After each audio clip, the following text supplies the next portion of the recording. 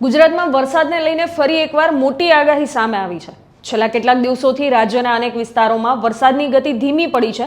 ત્યારે હવામાન નિષ્ણાંત અંબાલાલ પટેલે જુલાઈના અંતિમ સપ્તાહ અને ઓગસ્ટની શરૂઆત માટે મહત્વની આગાહી કરી છે। તો ક્યાં પડશે ભારે વરસાદ અને ચોમાસું ફરી ક્યારે જોર પકડશે, આવો જાણીએ આ બાબતમાં અંબાલાલ પટેલનું શું કહેવું છે।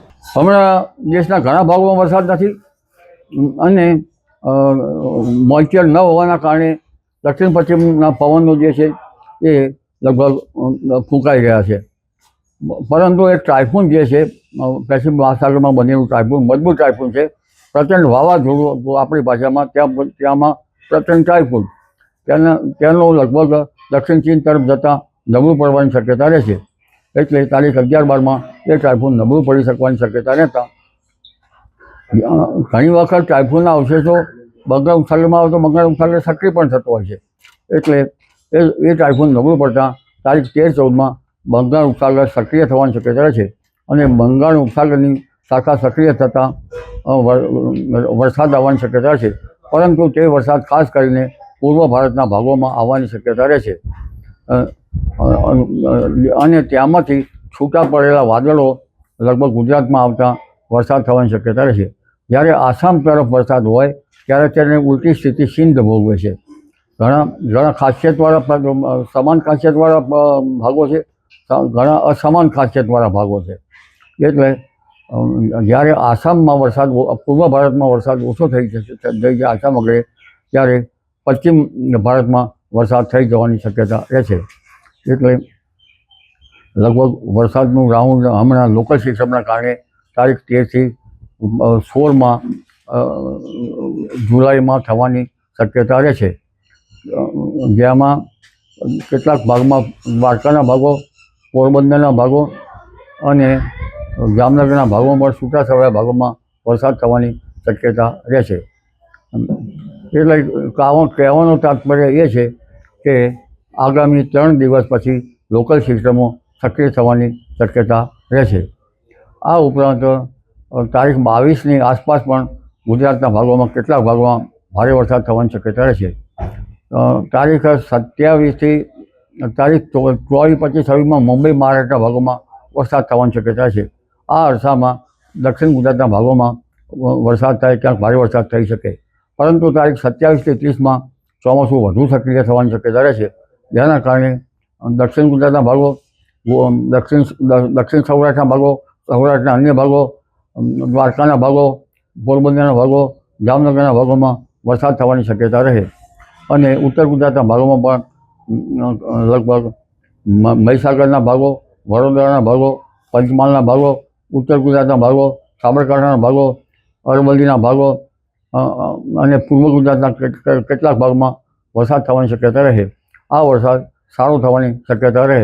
ત્યારબાદ ઓગસ્ટની શરૂઆતમાં અણધાર્યો વરસાદ થવાની શક્યતા રહે અને ઓગસ્ટ માસમાં ઇન્ડિયન ઓશન ડાયફોલ સાનુકૂળ થવાની શક્યતા છે। આ ઉપરાંત એમ્બ્રો વેવ લગભગ હિન્દ મહાસાગરમાં દસ્તક દઈ શકવાની શક્યતા છે।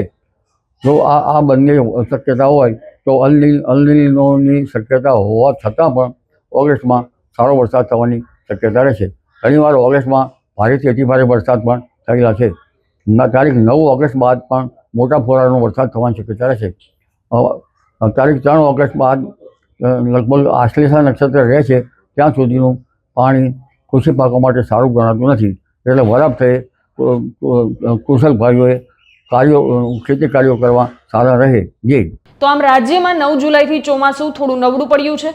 અંબાલાલ પટેલના જણાવ્યા પ્રમાણે અરબ સાગરમાં જરૂરી વરસાદી સિસ્ટમ વિકસિત ન થતાં વરસાદની ગતિ ધીમી પડી હતી।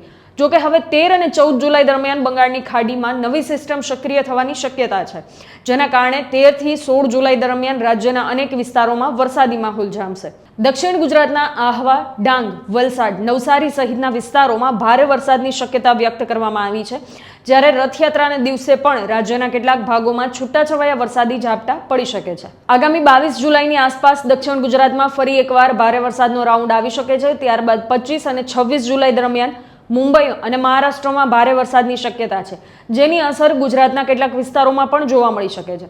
સૌથી મહત્વની આગાહી 27થી 30 જુલાઈ માટે કરવામાં આવી છે। આ સમયગાળા દરમિયાન સૌરાષ્ટ્ર, પશ્ચિમ સૌરાષ્ટ્ર, દ્વારકા, જામનગર, પોરબંદર, ઉત્તર અને મધ્ય ગુજરાત સહિત રાજ્યના અનેક વિસ્તારોમાં સારા વરસાદની શક્યતાઓ વ્યક્ત કરવામાં આવી છે. ઉત્તર ગુજરાતના સાબરકાંઠા, બનાસકાંઠા, અરવલ્લી અને પંચમહાલમાં પણ સારો વરસાદ વરસી શકે છે. અંબાલાલ પટેલે વધુમાં જણાવ્યું છે કે ઓગસ્ટની શરૂઆતમાં પણ અણધાર્યો વરસાદ થઈ શકે છે, જ્યારે 9 થી 11 ઓગસ્ટ દરમિયાન રાજ્યના અનેક વિસ્તારોમાં મોટા ફોરા સાથે વરસાદ પડવાની શક્યતા છે.